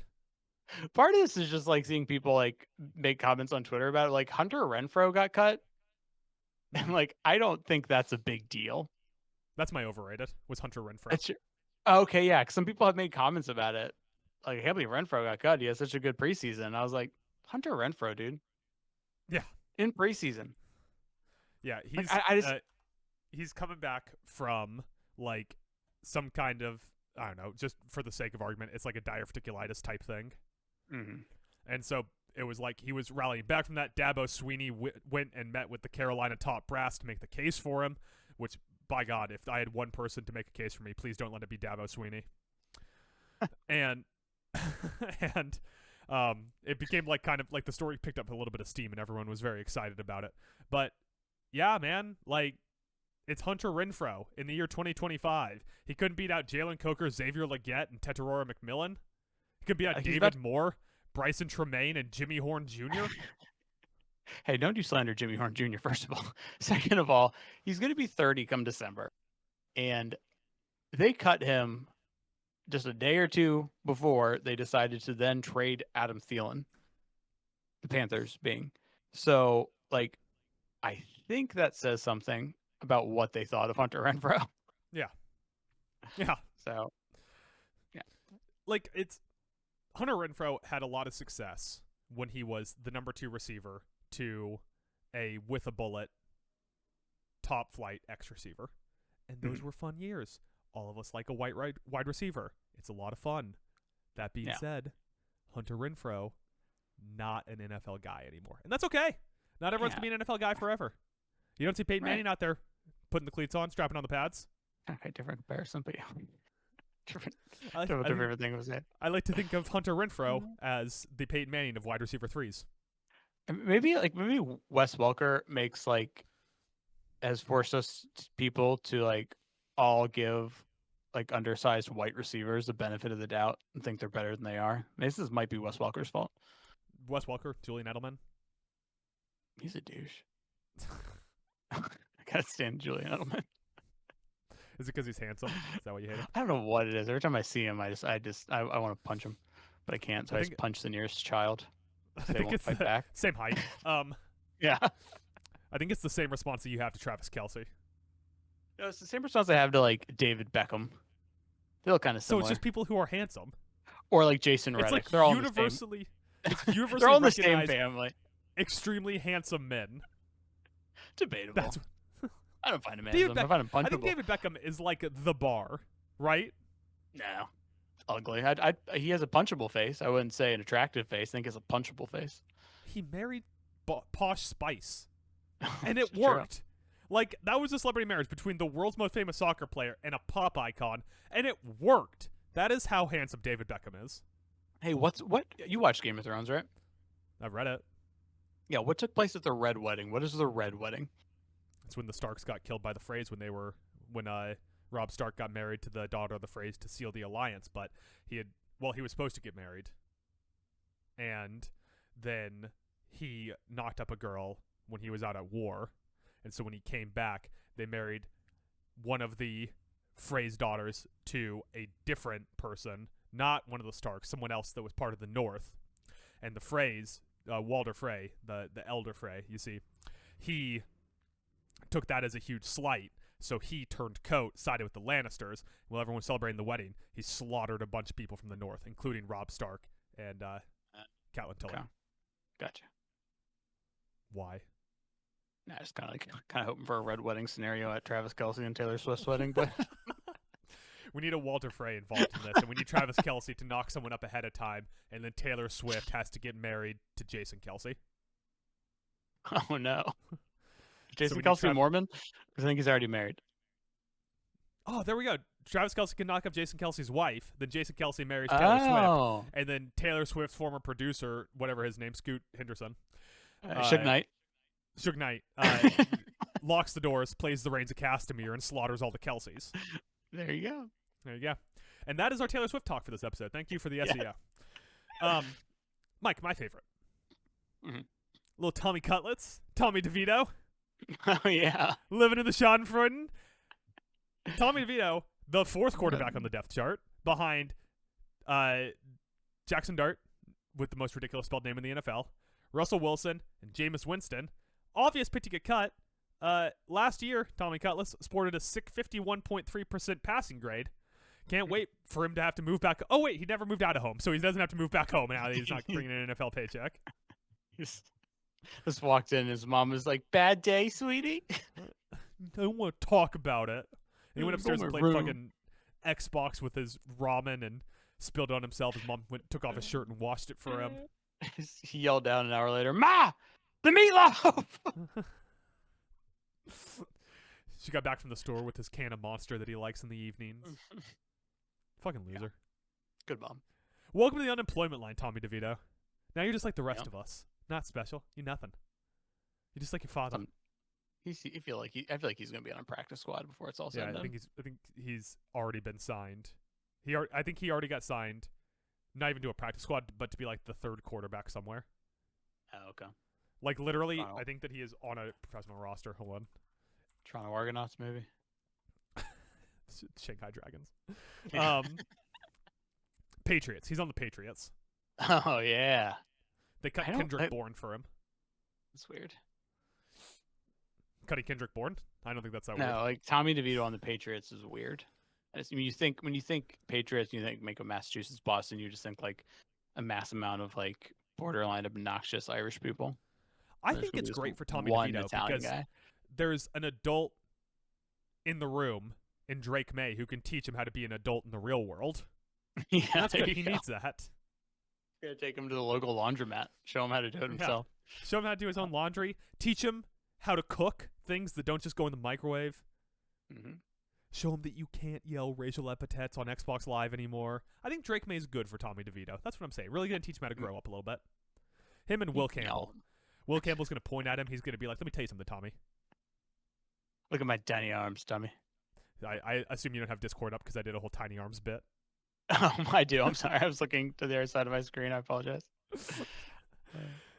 Mike, who is your least favorite training camp cut? The fuck is happening right now? My computer.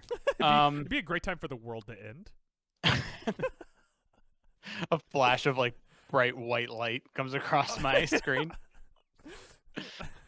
Yeah, I'll tell you my least favorite. Kyle McCord. Can't make the Eagles roster? What is Kyle this? McCord What is got this cut? joke? Kyle McCord got cut. Can you believe this? I'm You trying. I want think he Tanner got... McKee more than Kyle McCord? Exactly. Thank you. I was trying to remember the name of the dumbass QB who they wanted more than Kyle McCord. Tanner McKee? Tanner McKee. He sounds like a character on Full House. All right. And you're going to cut him for Kyle McCord. Would his name be Tanner if he was on Full House? Yeah. Tanner. Tanner McKee Tanner. Everywhere you look, He look everywhere. There's a hunt. Well, you enjoy it because once Dak injures something for the 27th time and Kyle McCord gets signed to be the starting quarterback of the Dallas Cowboys and they beat you for the conference or the division and then the conference, don't come crying to me that you doubted. Just absolutely the wrong path to go here. You're an idiot. It's I'm an not idiot. Dallas. It's not. Syracuse legend Kyle McCord gets signed by the New York Jets. Raises a garbage franchise into the stratosphere. They win 5 straight Super Bowls. Yes. All of them. All for of the them. Eagles. Yeah. Wow, good run by the Eagles though. Getting 5 straight. Gotta give them that. Participation trophy ass take. Mm. Mike, my least favorite. Okay. Going to a shithole city in a shithole state in a country that I kind of like for some reason. The Cleveland Browns, Mike. Cut. Dustin Hopkins. Are you kidding me? Nuke? What's up? Nuke? Nuke Hopkins. Oh, wait.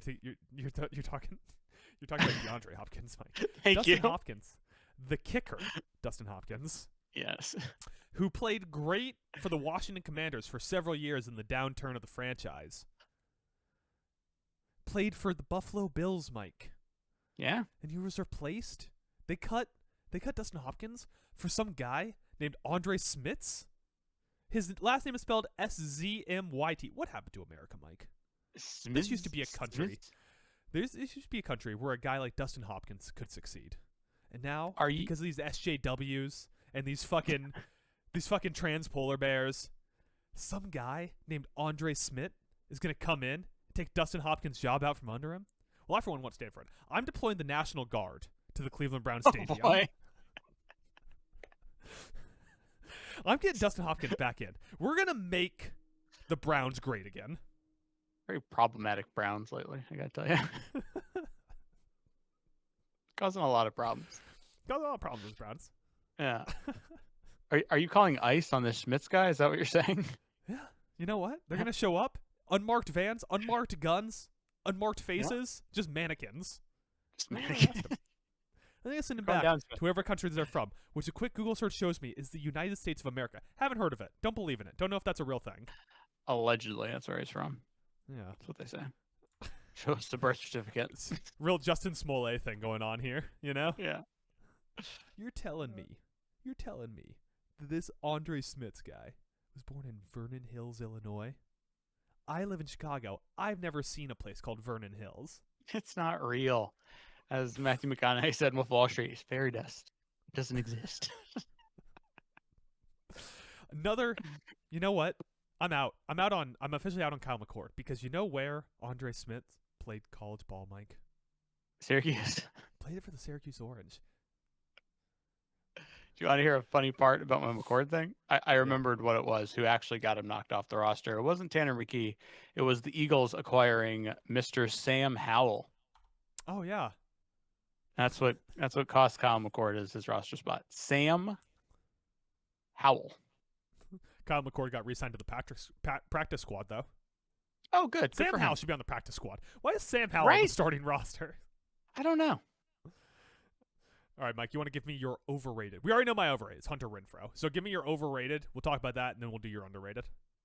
Okay. So my overrated is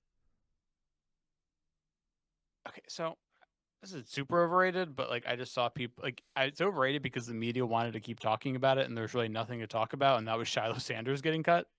Yeah, that was the there- obvious one, I feel like. Yeah, there's like nothing to talk about here. All right. Imagine the like fucking Richter scale we would have gotten out of, I assume, Connecticut, because I don't know where Mel Kiper lives, if Shadur had gotten cut. Oh my God, it would have been insane. It would have been Like- a seismic event, Mike. Right. Well, I mean, people were angry because he was fourth on the depth chart, and then luckily they traded Kenny Pickett, who I don't understand why teams keep wanting Kenny Pickett, but teams do. So Sanders got to bump up the depth chart. Shiloh, on the other hand, was an undrafted free agent.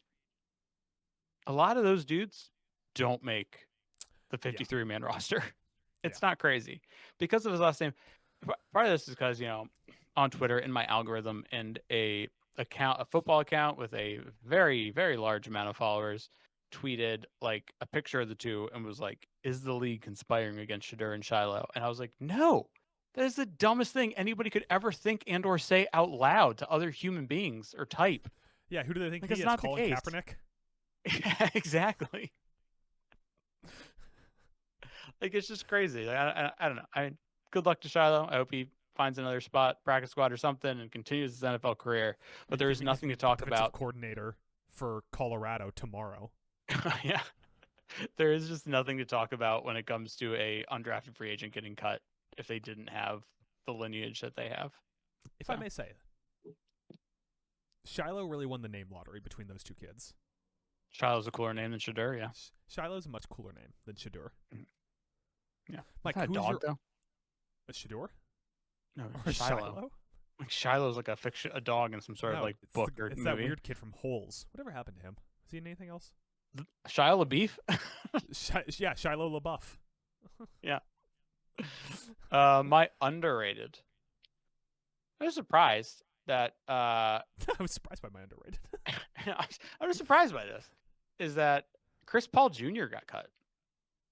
Damn, right after we talked about him last week too. I know. Ole Miss linebacker. He was a 5th round draft pick by the Rams.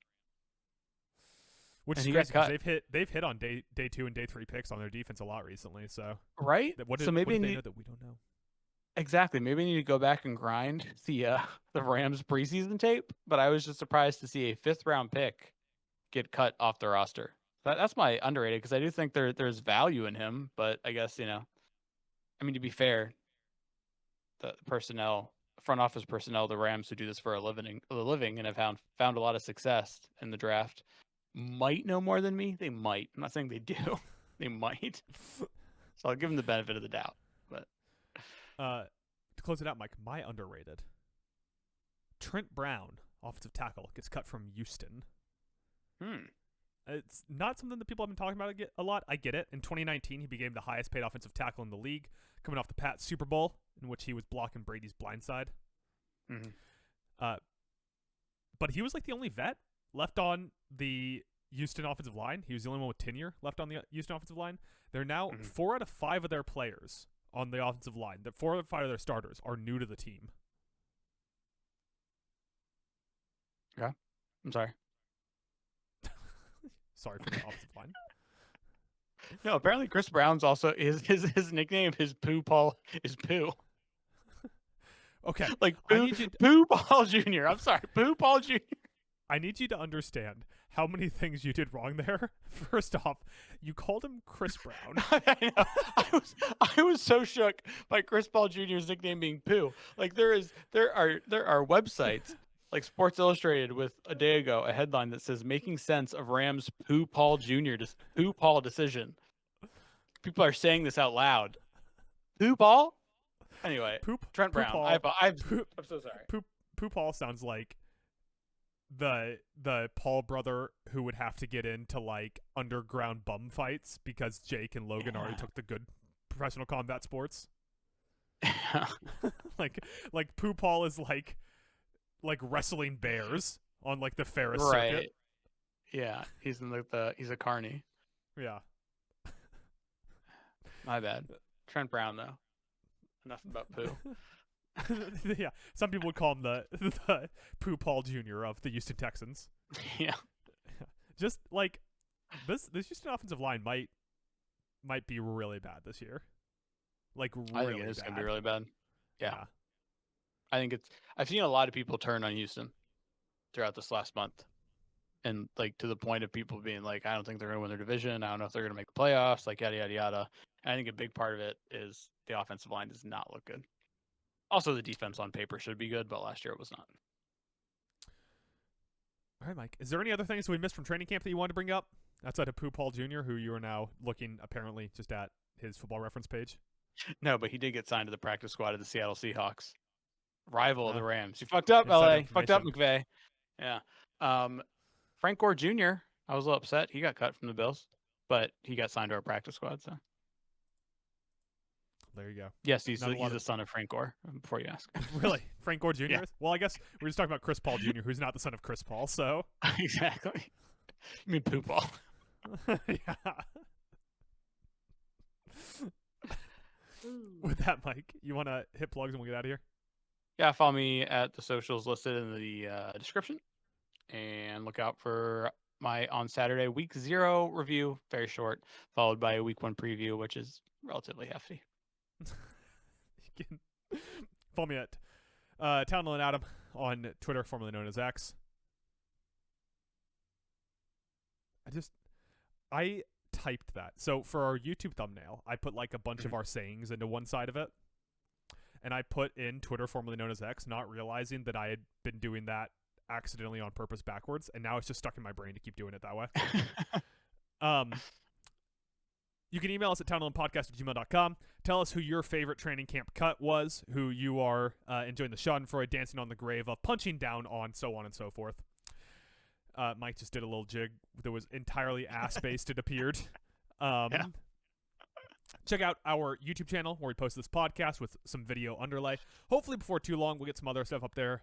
Wouldn't mind if we started getting some streams going, getting those backgrounds up, talking about sports and wrestling and all that kind of stuff while playing some N64 emulator for some old sports games. I was thinking, Mike, that our first stream, our tech test, could be there is a leaderboard in NFL Blitz 99 called the Grand Champion, which is to beat every franchise. Figuring we could try to go for that. Yeah. Keep an eye out on Talon.com. This weekend we got our Clash in Paris article coming out, which I'm really hoping they announce a 6 match, because otherwise I don't want to give too much away, but it's going to be a pain in the ass to edit the opening paragraph to that if I have to. With that, Mike, did you want to give a Week 1 college football base shout out? Week 1 college football base shout out. Yeah.